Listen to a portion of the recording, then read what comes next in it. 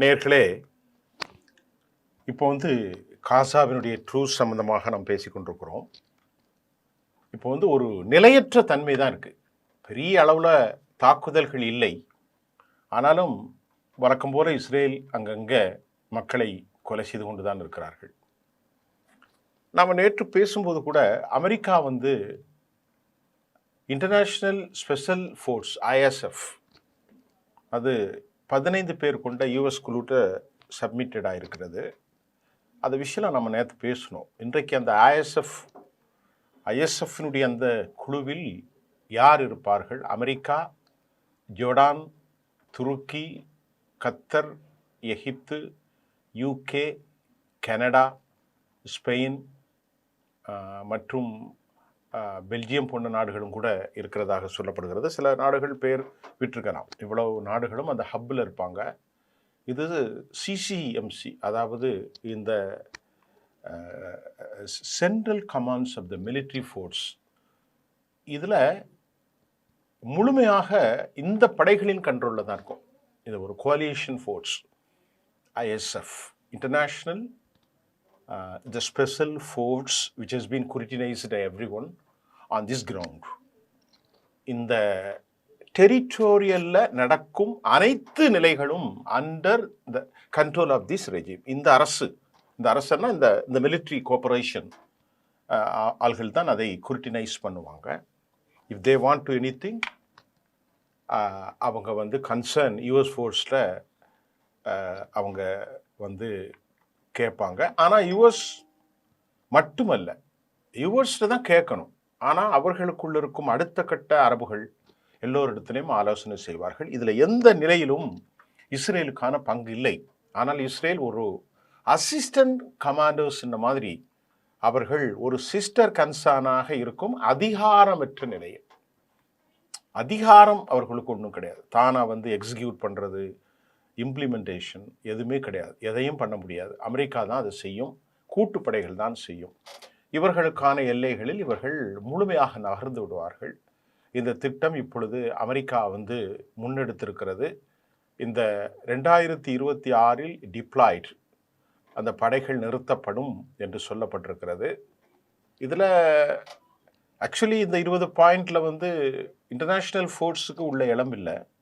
ஆனால் இப்போ அந்த 20க்கு அப்புறம் ஒரு கோலியேஷன் ஃபோர்ஸ், இந்தோனேஷியா, பாகிஸ்தான், துருக்கி, UK எல்லா படைகளுமே உள்ளே இருக்கிறாங்க. ஜோர்டான், கனடா, பெல்ஜியம், இந்த மாதிரி எல்லா நாடுகளும். ஆக இதில் ஒரு பெரிய அக்ரெஷனோ அட்ராசிட்டியோ இருக்காது. அதில் நம்ம உறுதியாக நம்புவோம். ஏன்னா தனித்துவமாக கேட்பாரட்டு படுகொலைகள் நடத்தி கொண்டிருந்த யூதர்கள் வெளியேற்றப்பட்டு விட்டாலே அங்கங்கு எல்லை மீறல்கள் இருக்கலாம். அது நாளைக்கு தட் குட் ஹேப்பன், நடக்கலாம், நடக்காமல் போகலாம். ஆனால் இப்படி ஒரு அராஜகத்தின் உச்சபட்சமான யூதர்கள் வெளியேற்றி விட்டாலே அது ஒரு முதற்கட்ட வெற்றி தான். பார்ப்போம். 2 வருஷம் சொல்லியிருக்கிறாங்க. ஆனால் இது UN செக்யூரிட்டி கவுன்சிலில் சேங்ஷன் ஆகணும். அதில் 9 பேர் அநேகமாக அவர்கள் வாக்களித்தால் மட்டும்தான் இது சேங்ஷன் ஆகும். நேட்டோ அதிகாரங்கள் வீட்டோ அதிகாரங்கள் கொண்டிருக்கக்கூடிய நேட்டோ படைகளும் இதில் இருக்கிறார்கள். அவர்களை தாண்டி எந்த நிலையிலும் அமெரிக்காவுக்கு எதிர்முகாமில் இருக்கும் சீனாவும் ரஷ்யாவும் வாக்களிக்கப் போவதில்லை. அமெரிக்காவுடைய பிரேரணைக்கு பார்க்கலாம் இது எப்படி செல்ல போகிறது. அடுத்த ஒரு கட்டம் என்னன்னா, துருக்கி நெத்தனியாகு உட்பட மூத்த யூத தலைவர்கள் அனைவரும் ஒரு மாஸ்டர் ஆஃப் எத்னிக் கிளென்சிங், இனப்படுகொலையினுடைய தலைவர்கள் என்று ஒரு 37 பேருக்கு எதிராக குற்றச்சாட்டுகள் வைத்திருக்கிறது மட்டுமில்லாமல் வாரண்ட் அனுப்பி இவர்களை கடும் எதிரியாக அவர்கள் சித்தரித்திருக்கிறார்கள். The portrait was being made. ஒரு சித்தரிப்பு நடக்கிறது. இது பொய்யான சித்தரிப்பு அல்ல, உண்மையின் சித்தரிப்பு, உண்மையின் வடிவம், உண்மையின் காணல். அதாவது அதெல்லாம் ரொம்ப முக்கியமாக இருக்கும். அது காணல் நீர் அல்ல, அது உண்மையின் வடிவம். அவங்க அப்படி சொல்கிறாங்க, நீங்கள் பொய்யான குற்றச்சாட்டை சொல்கிறீர்கள். குண்டு வீசி பலஸ்தீன மருத்துவமனைகளில் அவங்க சொல்கிற முக்கியமான காரணம், துருக்கி காசா மருத்துவமனையில் குண்டு வீசி அழித்தார்கள். அஷிஃபா மருத்துவமனை உள்பட இன்டர்நேஷ்னல் அனைத்து மருத்துவமனைகளும் அழித்த நாசகார சக்திகள். நீங்கள் இனப்படுகொலையாளர் 27 பேர் அமைச்சரும் இவர்களெல்லாம் வாரண்ட் அனுப்பியிருக்கிறான். துருக்கி அதிபர் எர்டோகனுடைய சமீபத்திய மக்கள் தொடர்பு, பலஸ்தீன மக்களுக்கான நீதி, மனிதநேயம் மற்றும் சகோதரத்துவம் உறுதிப்படுத்த துருக்கி மக்கள் மற்றும் தலைவர் நேர்மையான நிலைப்பாட்டை எடுத்திருப்பதாக துருக்கி சொல்கிறது. இஸ்ரேல் இதற்கு எதிர்முனையிலே அவர்கள் வழக்கம் போல் எதிர்க்கிறோம், அவமதிப்பு, இந்த நடவடிக்கை ஒரு கொடுங்கோல் அதிபர் எப்படி சொல்றாங்க துருக்கியை பார்த்து, இந்த நடவடிக்கை ஒரு கொடுங்கோலன் எர்டோகனுடைய சமீபத்திய மக்கள் தொடர்பிலான தந்திர நிகழ்ச்சி. இந்த வார்த்தை அப்படியே சொல்றேன். கொடுங்கோலர்கள் தான் சொல்கிறார்கள் கொடுங்கோலன் என்று. ஒரு தன்மை உண்டு துருக்கிட்ட, உள்ள படை இறக்கி இருக்கிறாத வேண்டாம் கொடை கொள்ளும். ஒன்றை பார்த்து இந்த 27 பேரும் கொடுங்கோலர்கள் என்று சொன்னதில் துருக்கியில் எந்த விஷயம் இல்லை, வாரண்ட் பிறப்பித்தது. சர்வதேச நீதிமன்றங்கள், international court of justice, legitimate body எல்லோருமே இவனை ஒரு மோசகார நாசகார சக்தியாகத்தான் சொல்லியிருக்கிறார்கள். சர்வதேச நீதிமன்றங்களில் தென்னாப்பிரிக்காவில் தொடர்ந்த வழக்கிலும் இதை மீண்டும் வலுவாக இணைந்திருக்கிறது. இந்த போர் நிறுத்தத்தினால் யாருக்கு லாபம்? இதில் ஒரு முக்கியமான ஒரு கருத்து. 60,000த்திற்கும் மேற்பட்டவர்கள் கசாவினுடைய ஹெல்த் அஃபீஷியல்ஸ் மூலமாக கொல்லப்பட்டிருக்கிறார்கள். அவர்கள் அழிக்கப்பட்டிருக்கிறார்கள், துடை தெரியப்பட்டிருக்கிறார்கள். பொதுமக்கள், குழந்தைகள், பெண்கள், கர்ப்பிணிகள், முதியோர், 1,71,000த்திற்கும் மேற்பட்ட மக்கள் வாழ்நாள் முடம் ஜடப்பொருளாக அவர்கள் மாறிப்போனார்கள். கைகள் இருக்காது, கால்கள் இருக்காது, தலைகளின் ஒரு பக்கம், இப்படியெல்லாம் பயங்கரம். மருத்துவம் இல்லாமல் கேன்சரில் இப்படி கைகளெல்லாம் உடைந்து, ஆக மொத்தத்தில் 2 லட்சம் 2.25 லட்சம் பேர், 3 லட்சம் பேர் பாதிக்கப்பட்டிருக்கிறார்கள். இதுல இஸ்ரேல்ல எவ்வளவு பேர் இறந்திருப்பாங்க அப்படின்னு பார்த்தா பல்லாயிரக்கணக்கான இஸ்ரேலர்கள் காலி. அவர்கள் கணக்கு 1000, 1500 இப்படித்தான். பல்லாயிரக்கணக்கான இஸ்ரேல்கள் காலி செய்திருக்கிறார்கள். அதிக லாபம் இதில் யாருக்கு என்று பார்த்தால், தாங்கள் தொடர்ந்து இன்னும் போரிட தயாராகி வருவதாக நேற்று முன்தினம் ஹமாஸ் அறிவித்திருக்கிறார். வி ப்ரிப்பேர்ட், நாங்கள் இன்னும் ஒரு ஆக்டிவ் ஃபோர்ஸா will enter the battle for our sovereign establishment. நாங்கள் பண்ண போகிறோம், எங்களுடைய இறையாண்மை, எங்கள் மீட்பு, இதுதான் எங்களுடைய இலக்கு. ஹமாஸ் போருக்கு தயார் என்று அறிவித்தாலும் உண்மையிலேயே நிலவரம் என்ன அப்படின்னு பார்த்தா, யூதர்கள் யாரும் போருக்கு தயாராக இல்லை. இதை நான் சொல்லலை, நீங்களே போய் பார்க்கலாம். ஏன்னால் அந்த அளவுக்கு பேரழிவுகள். 136,000 பேர் பெர்மனண்டாக வெளியேறிவிட்டார்கள். நாட்டிலிருந்து இன்னும் பல பேர் தே ஹவ் பின் வெயிட்டிங். இன்னும் அவங்க அவங்க ரீலொகேட் ஆகிறதுக்காக ப்ரிப்பரேஷன் போயிட்டுருக்கு, ஆன்கோயின். கனடா மற்றும் யூரோப் நாடுகளை அவர்கள் தேர்ந்தெடுத்திருக்கிறார்கள். இது யூதர்கள் புரிந்து கொண்டார்கள், இனி அதிக காலம் இங்கே செல்லாது என்று. மிலிட்ரி ஆரம்பத்தில் உள்ளே போரிடுவதற்கு அவர்கள் கிடியன் சாரன் 2B அவங்க ரெடியாக இல்லை.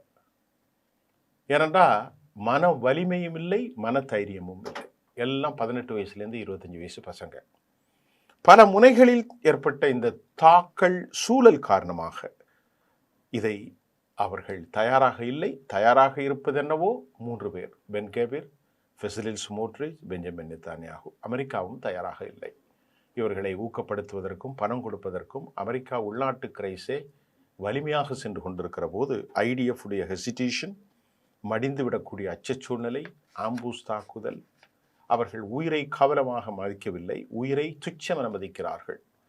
பெஞ்சமின் நெத்தன்யாகு போன்ற கடும் போக்குவாதிகள் ஒன்லி த பொலிட்டிக்கல், அவர் அந்த பிளாட்ஃபார்ம், அவர்களுக்கான பெனிஃபிட்ஸ் மட்டும்தான் இருக்குது அப்படிங்கிறத 90%, 70% மக்கள் உணர்ந்திருக்கிறார்கள், வாக்களித்திருக்கிறார்கள். அமெரிக்காவின் கைப்பாவையாக இந்த போரை நடத்தியது அமெரிக்கா. இஸ்ரேல் ஒரு பொம்மலாட்ட பொம்மை, நூலில் கட்டப்பட்ட ஒரு பொம்மை என்றும் நாம் சொல்லவில்லை. டைம்ஸ் ஆஃப் இஸ்ரேல், சேனல் 12, ஹயாம் போன்ற நாளிதழ்கள் எடுத்த அந்த கருத்து கணிப்பில் வெளியேறியது. ஹமாஸ் இல்லை என்றால் முழுமையான ஆக்கிரமிப்பு நடைபெறும். இப்பொழுது அவர்கள் என்ன நினைக்கிறாங்கன்னா, ஹமாஸை இன்னும் காலி செய்திடணும், டிஸ்ஆர்ம். ஆயுதங்களை காலி செய்யணும். 20 பாயிண்ட்ஸில் இது பற்றி தெளிவுபடுத்தவில்லை. ஆனால் அவர்கள் சொன்னார்கள், அமெரிக்கா சொன்னது, அமெரிக்காவுடைய தலைவர் சொன்னார், அதை பற்றி பரவாயில்ல, அங்கே ஏற்கனவே பல குழுக்கள் இருக்கிறது, அவங்கள ப்ரொடெக்ட் பண்ணுறதுக்கு ஒரு போலீஸு கையில் ஆர்ம்ஸ் வேணும் அப்படின்னு சொன்னார். அமெரிக்கா ஹேட் பீன் ஒரு இந்த நடவடிக்கைகளை குறித்து அவர்கள் ஒரு ரிவீல் பண்ணாங்க, ஒரு மெசேஜ். ஆக ஹமாஸ் என்ன சொன்னா, முழுமையான ஆக்கிரமிப்பு நடைபெறும். ஹமாஸ் இல்லை, ஹமாஸ் டிஸாம் ஆனா, Hamas annihilated, that maybe Hamas annihilate பண்ணுனா, துடை தெரியப்பட்டால் எல்லை மீறிய யூதன் அனைத்தையும் நாசம் செய்து விடுவான். ஆகவே ஹமாஸ் ஆயுதத்தை கீழே வைப்பதற்கு தயாராக இல்லை. இதை முதல்ல அரபுகள் உணர்ந்து கொள்ள வேண்டும். அமெரிக்காவின் கைப்பாவையாகவே சுத்தக்கூடாது. ஹமாஸை ஒழிப்பதில், லெபனானில் ஹிஸ்புல்லாவை ஒழிப்பதில் ஈரானுடைய ப்ராக்சிகளாக இவர்கள் பார்க்கக்கூடாது. இங்கே பார்க்க வேண்டிய விவகாரம், யூதர்கள் எல்லை மீறுவார்கள். அது ஆட்டை கடித்து மாட்டை கடித்து ஜொர்டானுக்குள் நுழையலாம், சினாய் மலையின் பகுதியிலும் நுழையலாம். அப்படி அவர்கள் நுழைந்து the extent of the land territory greater ஸ்டேட்டுங்கிறது அவர்களுடைய இம்பல்சிவ்னஸ் டார்கெட், உள்ளார்ந்த குணாதிசய எண்ண ஓட்டத்தின் வெளிப்பாடு. அப்படிதான் நான் நினைக்கிறேன். ஆகவே Hamas stable sovereign free government of this establishment, the 2 state solution, இதுதான் அவங்களுக்கு. அதான உண்மை. நீ நாட்டை விட்டு வெளியே போ, அவன் எல்லை கோடுகளுக்கு அங்கே வெளியே போ, நாங்கள் எங்கள் நாட்டை பார்த்துக்கிறோம். இதுதான் முக்கியம். ஐஎஸ்எஃப் தேவையில்லை என்று சொன்னாலும் ஐஎஸ்எஃப் உடைய விவகாரத்தில் யாரெல்லாம் சொல்லியிருக்கிறேன். இப்போது ட்ரம்ப் என்ன சொல்லியிருக்கிறார்னா, நாட் ஃப்ராகில், ஒருபோதும் அது உடையாது. ஹமாஸ் உடனே டிஸாம் இருக்கணும்.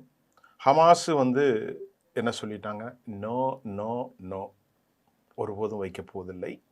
துருக்கியினுடைய ஃபதன் இஸ்லாமிய நாடுகளுக்கு ஒரு வேண்டுகோள் என்று நேற்று சொன்னோம். Netanyahu joint the conference by Israel Katz Israel Zamir, அது ஒரு பக்கம் போகுது. அவன் பேச்சுவார்த்தை நடத்திக்கிட்டு தான் இருக்கான். ஒட்டுமொத்த middle east there is a no more containment என்ற செய்தியும் வந்திருக்கிறது. ஆப்ரஹாம் அக்கார்டு ஒன்லி சொல்யூஷன், அமெரிக்காவினுடைய ட்ரம்ப் சொல்கிறார், Abraham Accord only solution will have a solution for that crisis. இந்த மோதலுக்கு ஆப்ரஹாம் அக்கார்டு மட்டும்தான் சொல்யூஷனாக இருக்கும். The 2 state solution பற்றி I don't know anything regarding about there. இதை பற்றியெல்லாம் எனக்கு தெரியாது. இவருக்கு தெரியாதா 2 state solution பற்றி? 1948 பால்பர் டிக்ளரேஷனில் மெயினாக 2 state solution தானே இருந்துச்சு. Forcible evacuation more than 7.5 lakhs people from their own tent. They get rid all the rights.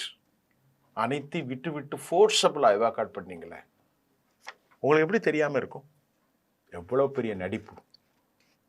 ஆகவே இந்த 2 ஸ்டேட் சொல்யூஷன் பற்றி எனக்கு எதுவும் தெரியாது. நானும் இஸ்ரேலுடைய அதர் டிபார்ட்மெண்ட்ஸோடு இருக்கிறோம். ஐடிஎஃப் ரிட்டையர்ட் ரீட்ரீட் செய்வதற்கு நோ ரைட்ஸ், ஐடிஎஃப்க்கு நோ ரைட்டுங்கிறான். பரவாயில்ல. ஹமாஸ் கண்ட்ரோல்டு நிலத்தில் இதுவரை அதன் கைகள் ஓங்கி உள்ளது. ஐடிஎஃப் உடைய stand, their support. Next confrontation agency, agency Israel programs இதில் இணையுமா என்பதை நான் முதல்ல சொல்லிட்டேன். இஸ்ரேல் 2ஆம் நிலையில் அமெரிக்காவின் கண்ட்ரோலில் தான் இருக்கும். புதிய படை ஹமாஸ் ஆயுதங்கள் கீழ் வைப்பது ஜனவரி 1, அதற்கு பின்பு இது தொடரலாம். Enforcement force, not a piece keeping force. நல்லா கவனிச்சுக்கிடுங்க, இது not a piece keeping force. இது சில விஷயங்களை மேலோக்கி எடுக்க போகிறது என்ற தகவல் வந்திருக்கிறது. அமெரிக்க அதிபர் பாசிட்டிவாக பேசியிருந்தாலும் அதில் பல நெகட்டிவான சிந்தனைகள் இருக்கிறது.